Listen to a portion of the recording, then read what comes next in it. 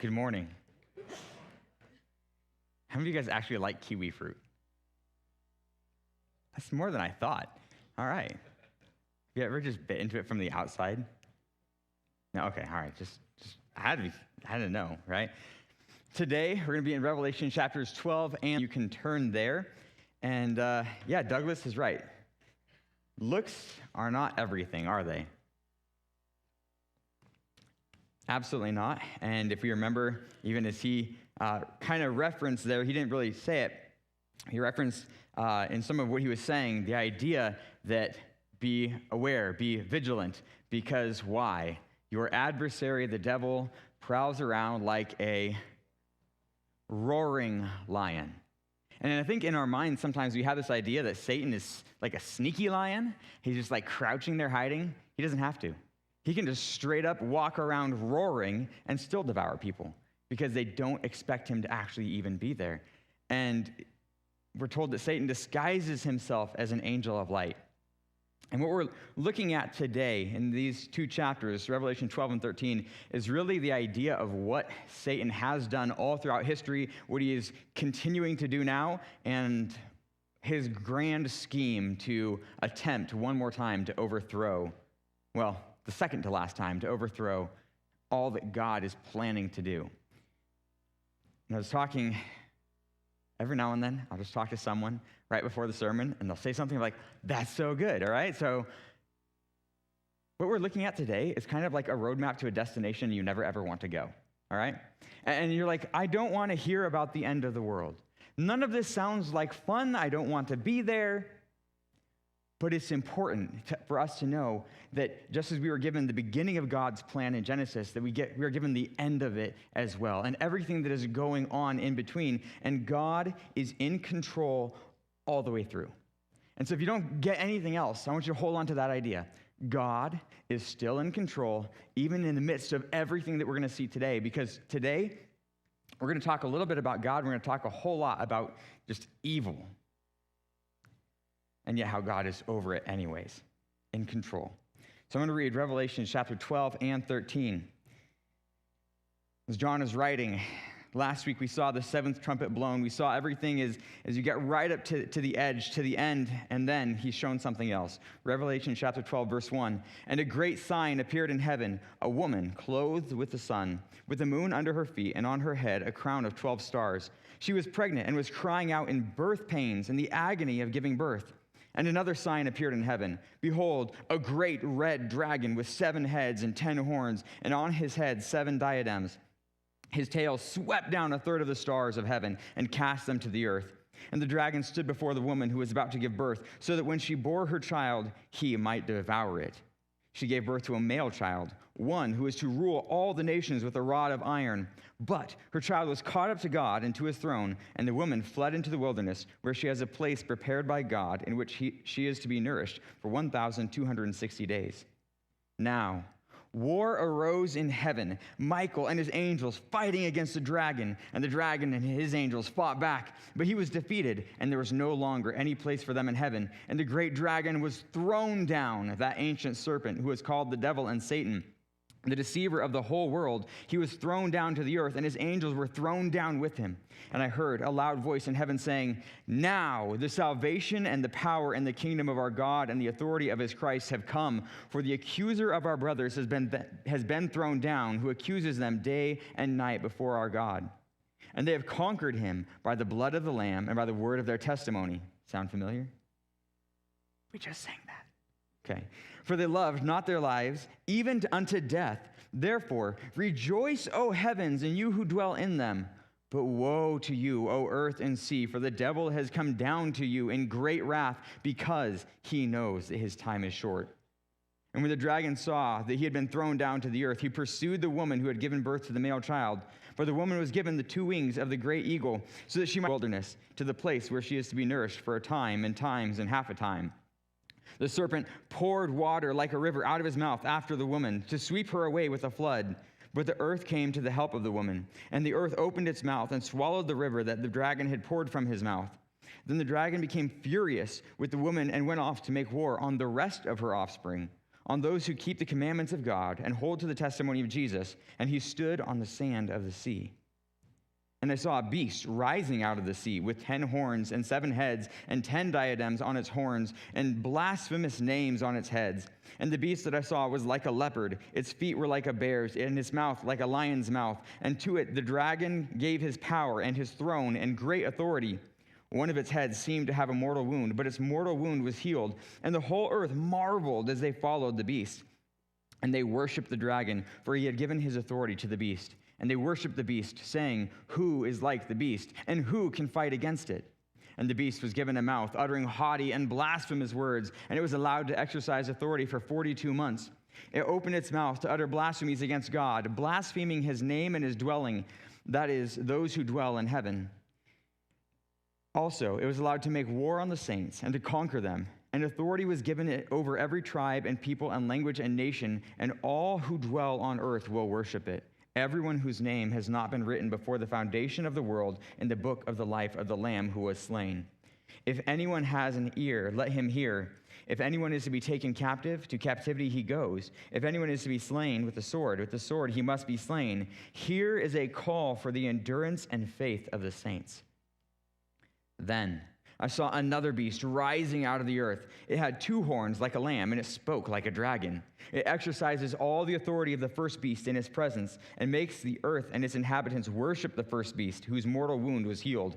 It performs great signs, even making fire come down from heaven to earth in front of people.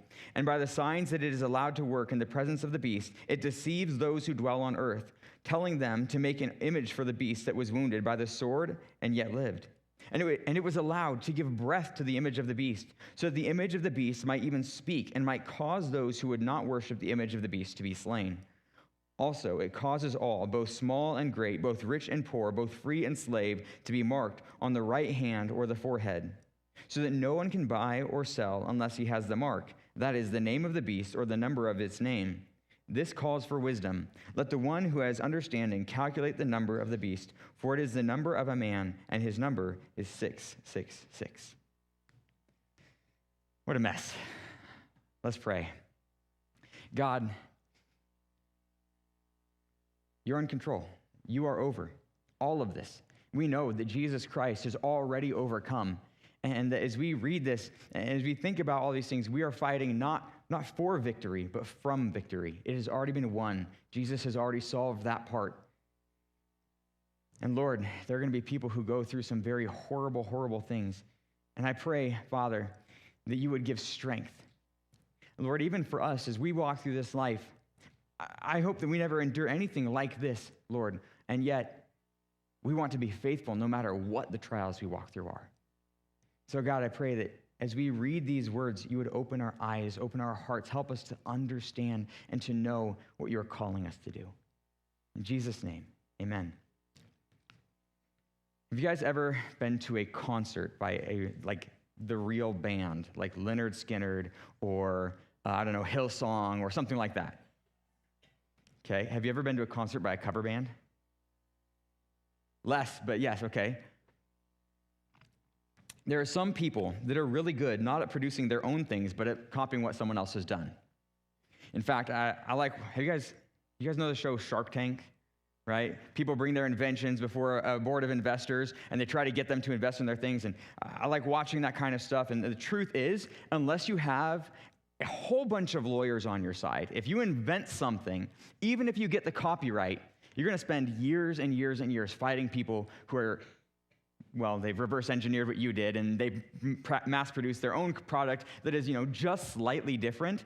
And if you ever bought, fake Oakleys where the O is just slightly different or something like that, and you're like, there's so many people that are really good at making fakes, making copies that aren't really the same thing and never live up to the quality of the original, and yet the world goes after them all the same. Because who's really going to notice, right, between the $5 Rolex or the $5,000 Rolex? We might not know. Copying and deception is all that Satan has ever been good at. Jesus, in John, I believe 8, says that Satan, his native tongue is lies, and he's a murderer from the beginning. When he speaks deception, he just speaks what comes naturally to him. And that is what we see Satan doing here again. And so I have this message broken out into 4 kind of main sections. The first one is called the assassination attempt. You see, Satan knows God's plans, but he's powerless to actually stop them. And we see this great sign, right? And this is one part in Revelation. When we started this series, I talked about how, there's lots of symbolism in Revelation, but we don't need to overdo it. Well, this is one where John says, guys, this is symbolism. He says, I saw a great sign in heaven, right? So what he's about to tell us in chapter 12 is this overarching story that kind of covers all of redemptive history, talking about the grand sweep of the story of God and of his Messiah and of his people. And so he sees this great sign, and it's really not that hard to understand these things if we have a basic grasp of the Bible. Right? The first thing he sees is this woman clothed with the sun, right? So she's glorious, with the moon under her feet, and on her head a crown of 12 stars, which might remind us of Genesis, where Joseph has his dream, and he says that the sun and the moon and the stars bow down to him. And so we have this woman. We're like, okay, who is this? She's special. She's unique. Well, as you walk through what happens, what makes the most sense is that this woman represents Israel as a nation, right? The Israel of God, his wife in the Old Testament. That's how he describes her in the Old Testament. And how a male child is going to be born to this woman. Now, so there are some people who would say, well, this is Mary, because obviously Jesus, we'll talk about him in a minute, that's the male child. Jesus was born from Mary. But what's described here doesn't really fit towards Mary, about fleeing into the wilderness, having the great wings of an eagle, etc., right? Instead, I think this is a picture of Israel and how over time Israel waited the birth pains and finally reached that moment where in Bethlehem, Jesus was born. And the second part of the sign is that there's a great dragon, great in red. This is Satan, our adversary, which is made clear. If we didn't get it right from there, as a dragon, he's evil, serpent, Garden of Eden, right? This is Satan. And in verse 9, it straight up tells us exactly. The great dragon was thrown down, who is called the devil and Satan, right? The deceiver of the world. So you have this woman about to give birth. You have this great dragon who is Satan himself, right? And his desire is to devour the male child. He wants to slaughter it. He wants to assassinate the king before the king can ever come to power. And he tries. And there's a little bit of a problem when you look at verse 4. It says that his tail swept down a third of the stars. Right? This dragon, he's described in unique ways, right? He has 10 horns and 7 heads, which, do the math, means not an equal amount of horns per head. He's funky looking, right? And he has 7 crowns. And where we can go into a whole bunch of stuff trying to search in history and be like, well, these are the 7 or the 10 emperors of Rome, or we're looking for this. Guys, he's just described this way. And I think we're going to see there's a really strong connection by the way he's described, and then in chapter 13, the way that the first beast is described, because the point is to link them together. They're powerful, they're strong, and yet they're defeated anyways. And so here he is, he's powerful, he's strong, he has these horns and these crowns, and he tries to swallow up the child, and it says that his tail sweeps down a third of the stars. So you have a problem there, because what in the world is he talking about? Like, does he literally throw a tail out like a lasso and like knock a third of the stars out of the sky? No, Satan doesn't have that kind of power. And as I studied this, I'm like, I know what I was raised to believe, and I was trying to find something else just in case, right? And I was like, what are the explanations here? Well, the only one that I can find that actually really makes sense is the one that I was raised to believe. It's like my parents did a good job or something, right? And there's this idea that Satan, when he fell from heaven, he took a third of the heavenly host with him. And when I say that, you're like, yeah, duh, we knew that, of course. The problem is this is the only verse in the entire Bible that talks about that, as in 1/3. And we're like, well, yeah, we know that there are fallen angels. That's clear throughout the Bible.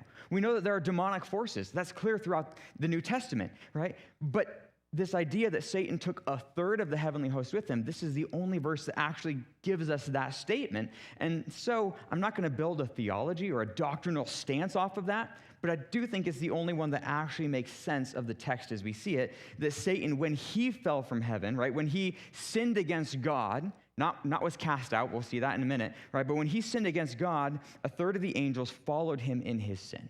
Right? I think that is what makes the most sense of this, especially in light of what we're about to see in a minute with the battle. And so you have this woman, and she gives birth to a child, and you have this dragon, and he wants to swallow up the child, except the child escapes, and the woman escapes into the wilderness, and the dragon, his assassination attempt, is thwarted. And that male child is described as one who is to rule all nations with a rod of iron. This is Jesus. In Psalm chapter 2, 7 through 9, and you guys, this week you should read Psalm 2. Just read it. And think about Revelation as you read Psalm 2, and you'll be like, I think sometimes we think about Jesus in light of not the way the Old Testament was expecting him, or the way the New Testament tells us to expect him. Psalm 2, verses 7 through 9 says, I will tell of the decree. The Lord said to me, you are my son. Today I have begotten you. Ask of me, and I will make the nations your heritage and the ends of the earth your possession. You shall break them with a rod of iron and dash them in pieces like a potter's vessel. Does that sound like cuddly, soft lamb Jesus? It doesn't. And there are people that look at the Old Testament and they see God as so mean and so wrathful, and they look at Jesus in the New Testament and they're like, oh, but all he did was love people. Guys, he took the wrath of God upon himself. He had to fight to get to the cross. He fought, he struggled. That was his earthly battle the first time. And when he comes back, he's going to just wreck Satan and the Antichrist and everyone who opposes him with a rod of iron. That's not gentle, but it is good. It is just. It is righteous. And it is loving to all who follow him. Isaiah 11:4 says, but with righteousness he shall judge the poor and decide with equity for the meek of the earth. And he shall strike the earth with the rod of his mouth, and with the breath of his lips he shall kill the wicked. Oh, we get to see that in chapter 19. This reminds us also in Revelation chapter 2, verses 26 and 27, where it talks about the overcomers, not Jesus, but the overcomers. Because he overcame, we too will rule with a rod of iron.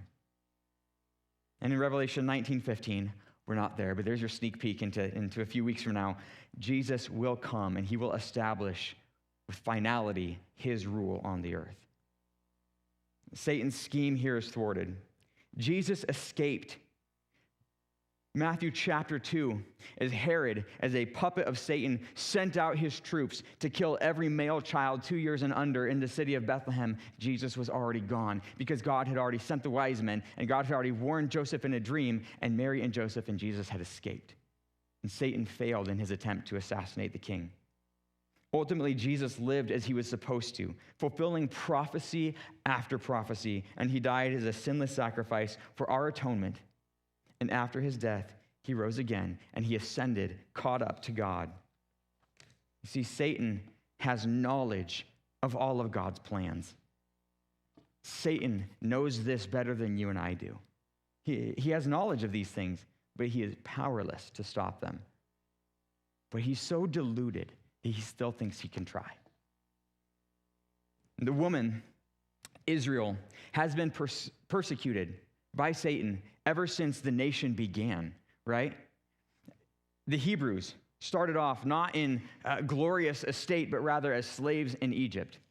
And then when they got to the promised land, everything wasn't hunky-dory. They were constantly attacked during the time of the judges, just constantly attacked by surrounding nations. And even after the nation was established in David and Solomon, and then, well, the Israelites kind of blew it and they messed everything up and the nation was split in half, right? And then eventually foreign nations came in and took over. And the people of God have been persecuted by Satan and by evil all throughout their history. And there will be a time in the future, it references here in verse 6, this 1,260 days. Remember, that's 3.5 years. We're going to see also later, it talks about time, times, and half a time. 3.5 years, or 42 months, which is also 3.5 years. Okay, all right? This comes in the second half of the tribulation, and there will be a time where persecution as Israel has faced it in the past won't even come close to what they face. And so the scene changes from this grand overview of Israel and Jesus and the dragon to something coming in the future. Verse 7, now war arose in heaven. I love this. Absolutely love this. And maybe you've seen some depictions of this. There's a kid's cartoon called Superbook, and they have this pretty cool depiction of like Michael and his angels fighting with Satan and his angels. The problem is, what you and I do is we always try to make it physical. How do non-physical beings fight? I mean, like you and I, we can picture this in our minds. We're like, oh, they're boxing, right? Or maybe it's like swords and spears and bows and arrows. But they're spirits. And like, maybe it's like magnets, right? Like two big magnets just pushing at each other, right? Remember, Satan, he only has a third of the angels, and well, there's the other 2/3 are still holy, so obviously they win, right? And the angel and the dragon, the Satan and his angels, they fought back, but he was defeated and he was cast out. Michael, the leader of heaven's armies, he's called an archangel in the book of Jude. He's called the heavenly prince of Israel in Daniel chapters 10 and 12. And we don't see him too often, but whoever he is, he's pretty cool, right? And I like him. His name is Michael.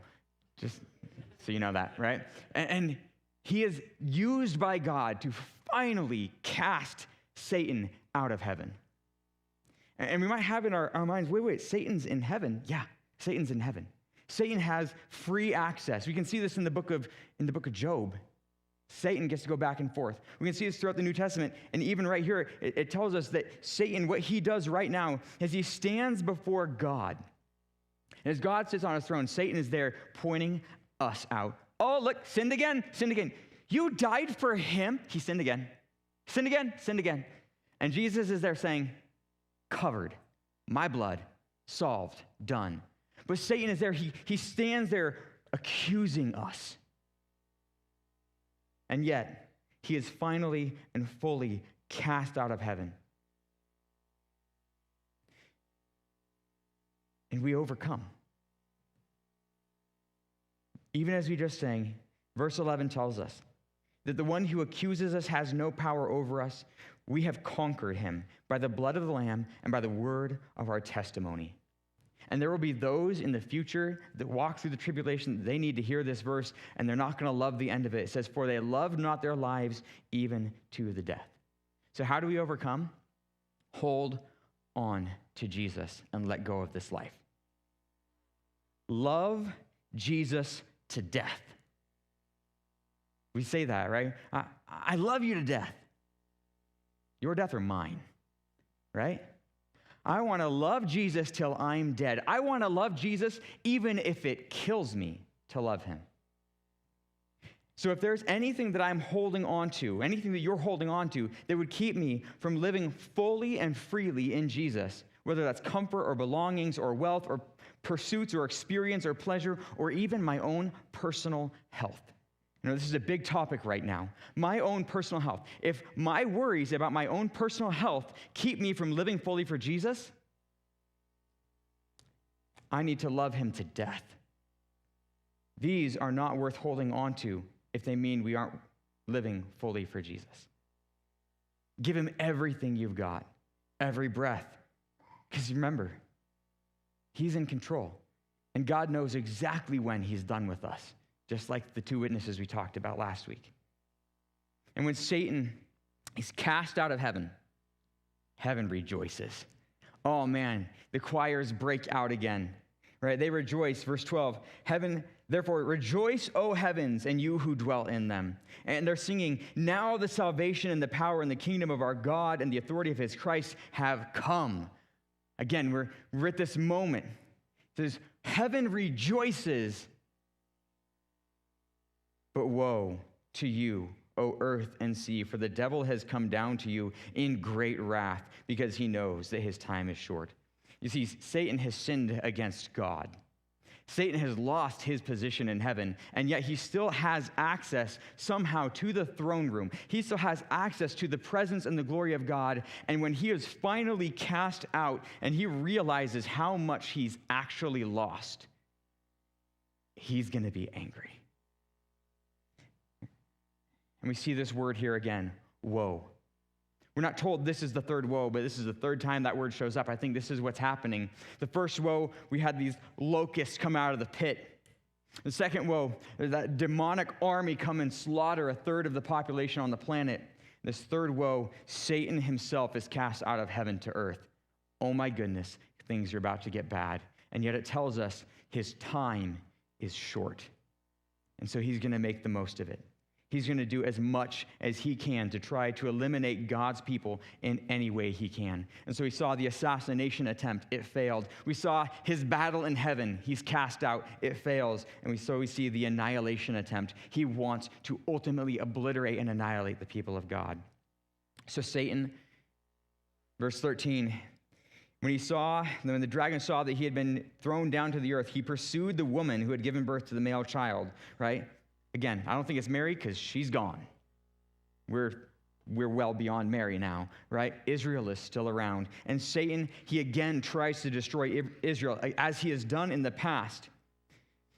And remember, this is a vision, so don't take this too literally, right? But the woman was given 2 wings of the great eagle so that she might fly from the serpent into the wilderness. No, Israelites are not suddenly going to sprout wings, right? People in Israel, not going to happen, right? I saw someone else try to over-literalize this, and they're like, this means the great eagle, the United States, is going to send an airlift to help Israel escape. It's a picture. It tells us it's a great symbol. So how about Israel escapes into the wilderness? How? We don't know. That's okay, right? She escapes where she's going to be protected by God. Also, it tells us that Satan, the serpent, he spews a flood out of his mouth, right? And that the earth swallows it up. Could that actually happen? Sure. Do I think that's actually what's going to happen? No. I think what's going to happen is that Satan, again, is sending forth his forces to try to annihilate Israel, and that God even uses nature itself to stop him. Say, you're not going to touch my people. I'm going to protect my people. And Israel, the special people of God, are going to be protected from the grasp of Satan throughout the second half of the tribulation. God has always protected them throughout history. Israel is the only nation that has gone out of existence and come back. Twice, by the way. Hebrew is the only language that has actually died and been completely revived. Now, ever since that, there are other languages that people are trying to revive, but over 9 million people speak a language that for 2,000 years nobody spoke. That's pretty impressive. Why? Because these are the people of God. Because Israel, with the promises to Abraham, with promises, covenants that God made to them specifically in the Old Testament, God cannot break his promises and his covenants. And so he sets them aside. He says, I'm going to protect you. You're special. God won't let Satan have his way. And so when that attempt at annihilation is foiled, Satan turns his attention to someone else. He says, the woman's other children. Well, if the woman is Israel, who are her other children? Well, it tells us. In fact, it tells us directly, verse 17, those who keep the commandments of God and hold to the testimony of Jesus. You see, Jews, Israelites will be protected, but there's going to be a whole bunch of saved Gentiles during that time, and they don't get the same protection, and Satan will turn and he will attack them to the utmost ability, everything that he can do. And yes, this will be a time of severe persecution for all Christians. And while all of his other attempts will fail, Satan will pull off his greatest scheme. We see this in chapter 13, counterfeiting.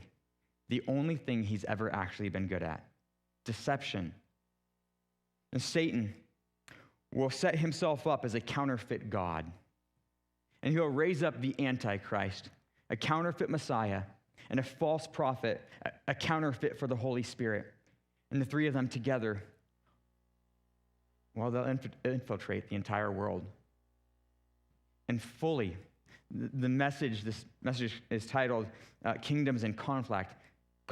Finally, you will see it will be black and white. It will be the dark side versus the light. It will be Satan's people, those who dwell on the earth, versus God's people, right? Those whose citizenship truly belongs in heaven. So chapter 13, we start off with this idea, this infiltration. And there, John, he sees Satan standing on the seashore, and up out of the ocean, out of the sea, comes a beast. A lot of times when you see in Scripture, especially in Old Testament symbolism, sea refers to the Gentile nations, right? Whereas the land would refer to the Israelites. And this is Israelite history. They didn't really have much success with the Mediterranean Sea. They would build ships, and then their ships would go down. And so they just saw the sea as this terrible, monstrous thing. And they thought of all of the Gentile nations as this terrible, monstrous thing. And out of the Gentile nations, or out of the sea, comes this beast with 10 horns and 7 heads and 10 diadems on its horns. And so it looks a lot like the dragon, but it, for some reason, has more crowns on its horns than the dragon does. And yet it is given the power of the dragon. In verse 2, it's described like 3 different animals. A leopard, it looked like a leopard, his feet were like a bear's, and its mouth was like a lion's. And this reminds us of Daniel chapter 7. The lion represents Babylon, the first and great kingdom. The bear represented Persia, and the leopard represented Greece because it was quick and powerful. And then a 4th beast came up in Daniel's vision, a beast that was unlike any other, and represented Rome, where this beast originates from in some way. Yet this symbolizes all of the nations, all of the not the nations, all of the empires of the earth gathered together into one. This is a governmental leader, and it says that on his heads are these blasphemous names. Everything he is and does is going to be absolutely against God, the opposite, opposing God, as he raises himself up as a counterfeit God. He's given the power of the dragon himself, and he has this thing where he apparently is mortally wounded, or at least it looks that way. And Satan has this opportunity to counterfeit the death and resurrection of Jesus. And it looks like this guy, this governmental leader, will somehow conquer death. Of course, it tells us that it looks that way, but people will marvel. People will be so caught up, and they're going to sing his praises. Who is like the beast, and who can fight against it? And they will worship this person, and in so doing, they will worship Satan himself. And he will blaspheme. Verse 5, the beast was given a mouth uttering haughty and blasphemous words. He was allowed to exercise authority for 42 months. For 3.5 years, he's going to have ultimate dominion.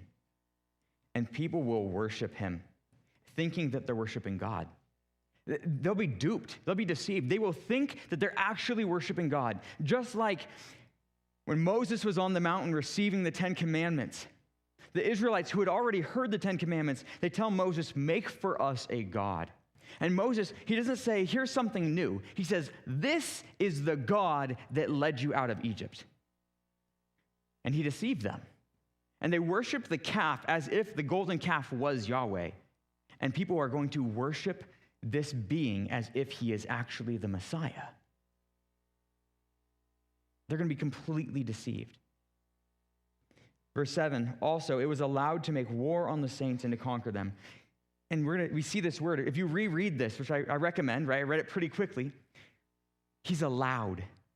Everything that we see here, God is in control of, and God is allowing. And there might be a piece of us that says, why would God allow these things? He's simply giving people what they've always wanted. They want a world without God. And so God says, it's yours. I'm going to take my hand off of you. You get the leader that you've always wanted, except he's not going to be the guy that guides you into joy. He's going to be the guy that guides you into my wrath.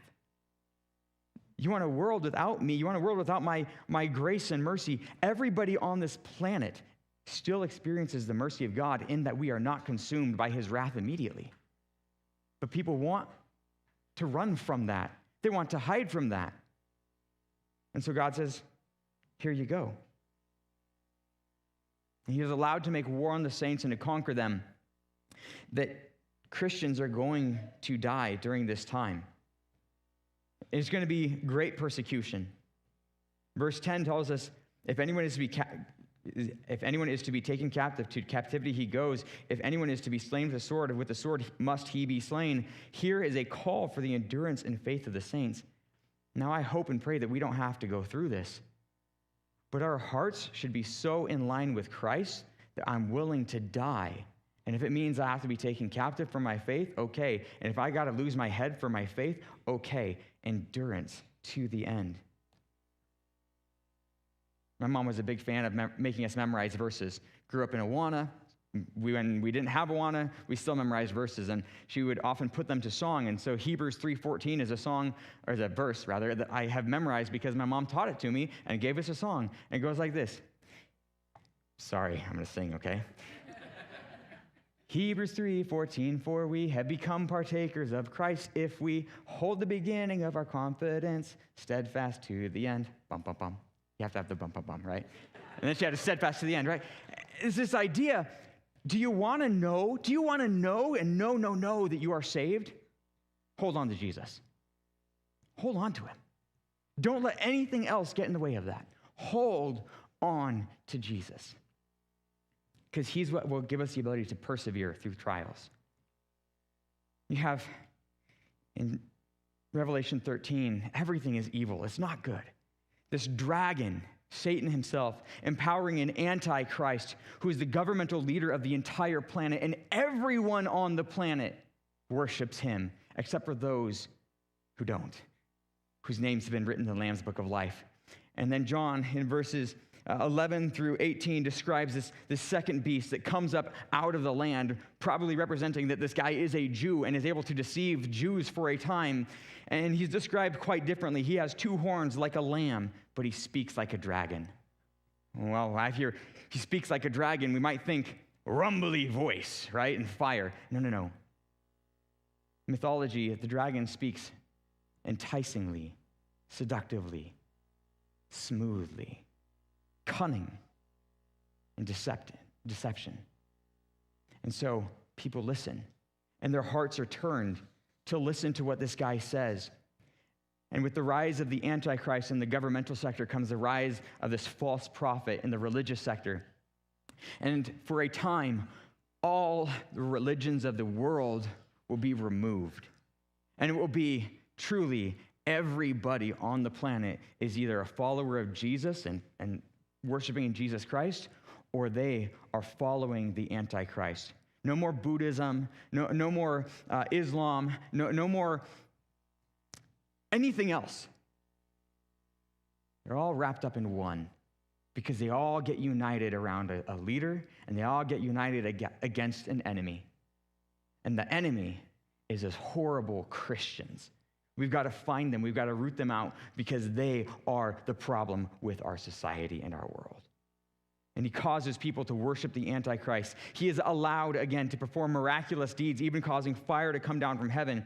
And you got to remember, even back in Egypt, when Moses and Aaron went out, Aaron was the spokesperson. He was the one that stood before Pharaoh, and Moses spoke through Aaron, right? And now you have this false prophet who is the Aaron to the Antichrist's Moses. And even in Egypt, Pharaoh's magicians were able to duplicate some of the miracles that Moses and Aaron did in front of them, right? Remember, Aaron threw his staff down, and the magicians said, we can do that too. And a bunch of snakes, except Aaron's rod ate theirs up, right?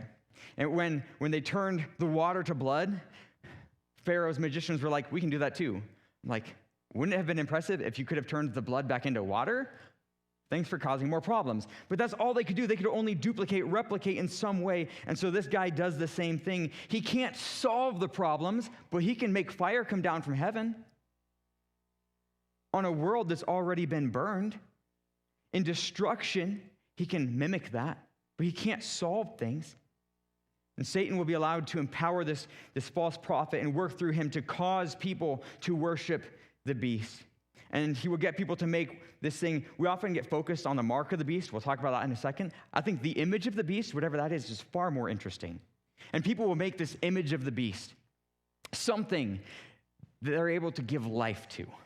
Something that looks even like it's live. It speaks and it acts, and it is the thing that makes war upon the saints.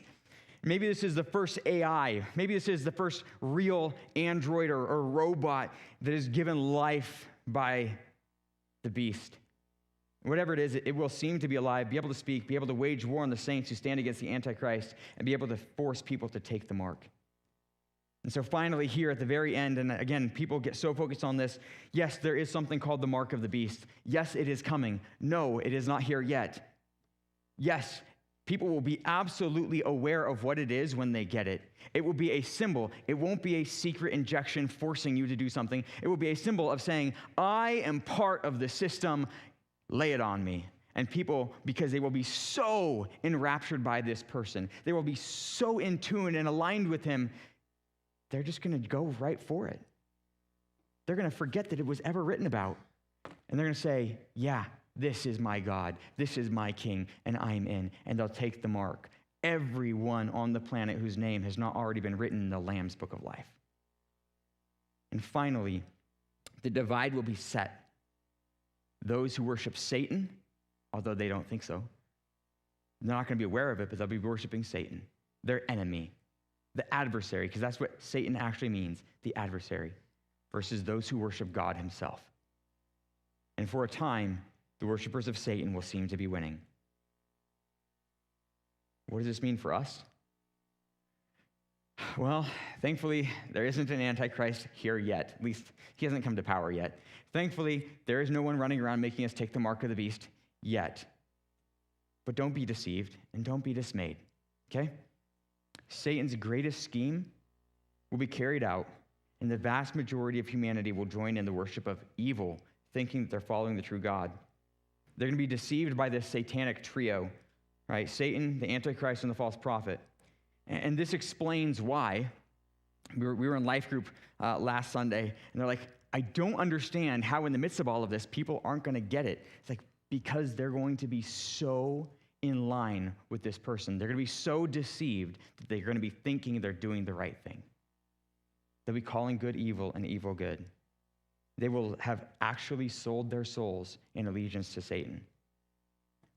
But we know the truth, and it's right here. So don't be deceived. You have to have this as the foundation for everything. And if you have anything else as the foundation, you will be deceived. And your life will become a mess. No other foundation can stand. 1 John warns us not only of the coming of the Antichrist, he says, but the spirit of Antichrist is already here. It's the deception of this world, the distractions and the misdirections of this world to keep us from thinking about anything except what we want right now. God, eternity, no, don't worry about those things, because live in the moment, live for today. And all of that will amount to absolutely nothing except building up the wrath of God by wasting the existence that he's given you. But we know the truth. That's right here. And so when you get discouraged, turn back to it. God is in control. He always will be, no matter what. No matter how bad things are right now, we know that they're going to get much, much worse. And in the midst of that, God is still in control, and he has given us his truth. So hold on to this. When you begin to doubt God's control, when you begin to doubt God's goodness, go back to the foundation, to the truth. It's right here. There is nowhere else to turn. There is nowhere else that can give us hope. It's right here. And remember, all earthly kingdoms will end. Babylon, gone. Persia, gone. Greece, all you need is some dawn, right? Thank you. One groan. Yes. All right. Guys, I know this is hard to hear. America one day will be gone. And the kingdom of the Antichrist, the first kingdom to fully cover the globe, will also be short-lived. But there is one born to rule with a rod of iron, with perfect truth and justice, and his kingdom will never end. His name is Jesus, the Lamb, Emmanuel. So which kingdom are you going to join, and which kingdom are you going to serve? Know the truth and keep the faith. Let's pray. Father, thank you for your love for us. I thank you for the truth of your word. I thank you for the hope that we have, even in the midst of seeing falseness,